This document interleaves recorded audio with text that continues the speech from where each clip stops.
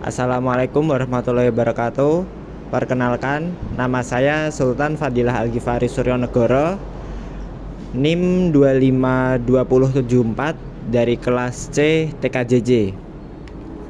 Di sini saya akan membawakan pidato yang bertemakan tentang menjaga lingkungan, menjaga masa depan.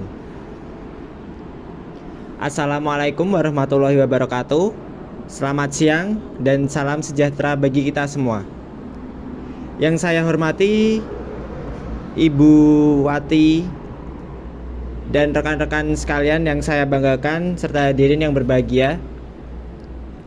Pertama-tama, marilah kita panjatkan puji syukur kehadirat Tuhan Yang Maha Esa.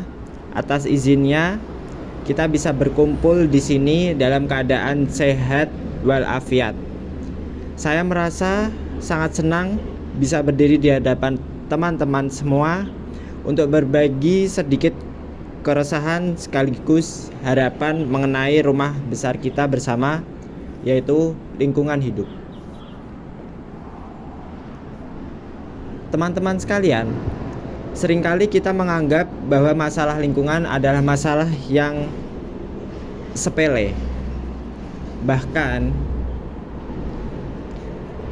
lingkungan juga akan rusak jika kita tidak jaga walaupun hanya sedikit pun. Padahal lingkungan adalah cermin dari kebiasaan kita sehari-hari. Pernahkah kita memperhatikan hal-hal kecil seperti plastik sedotan yang sekali pakai, atau lampu yang sering atau terus hidup walaupun sudah siang hari seperti ini? Mungkin kita merasa botol plastik tidak akan membuat banjir jika hanya satu. Tapi bayangkan jika jutaan orang berpikiran yang sama. Masalah lingkungan hari ini bukan lagi sekedar isu pemanasan global di berita televisi, tapi sudah hadir di depan mata kita, seperti cuaca yang tidak menentu, polusi udara yang memburuk hingga dapat membuat sesak nafas, dan juga tumpukan sampah yang tak kunjung usai. Semakin banyak sampah yang menumpuk seperti gunungan sampah yang ada di salah satu lokasi di Indonesia. Menjaga lingkungan tidak harus dimulai dari gerakan yang besar. Kita bisa memulai dari 3 hal kecil berikut. Yang pertama, kurangi, reduce. Berhenti sejenak sebelum membeli sesuatu. Apakah kita benar-benar butuh? Ataukah kita bisa membawa botol sendiri? Yang kedua, kelola, manage. Membuang sampah pada tempatnya adalah standar minimum. Namun, dapat juga dengan memilah sampah sebagai bentuk kepedulian yang lebih tinggi. Yang ketiga, hemat, conserve. Hemat air dan hemat listrik. Itu adalah cara termudah menghargai sumber alam kita yang semakin sedikit dan semakin langka. Hadirin sekalian, selain masalah sampah di perkotaan, ada luka yang lebih dalam di jantung negeri kita, yaitu aktivitas penebangan liar. Hutan yang seharusnya menjadi paru-paru dunia dan sebagai paru-paru untuk pernapasan kita, kini perlahan mulai gundul akibat tangan-tangan yang tidak bertanggung jawab. Tahukah teman-teman apa dampaknya saat pohon-pohon itu hilang secara paksa? Yang pertama, hilangnya pelindung alam. Akar pohon adalah jangkar bumi.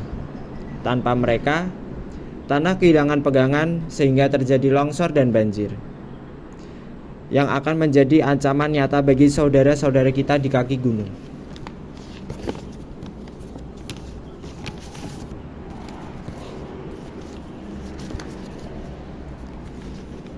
Yang kedua, krisis air bersih.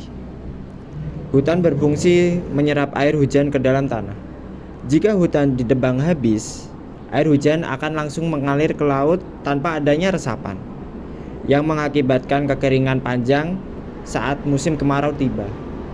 Yang ketiga, rumah yang dirampas. Penebangan liar bukan soal hilangnya kayu, tapi soal hilangnya rumah bagi ribuan flora dan fauna. Ketika habitat mereka rusak, jangan kaget jika kita sering mendengar berita hewan liar yang masuk atau menyerang ke pemukiman warga. Kita mungkin merasa hidup kita jauh dari hutan, tapi oksigen yang kita hirup sehari-hari setiap detik adalah hasil kerja keras pohon-pohon itu.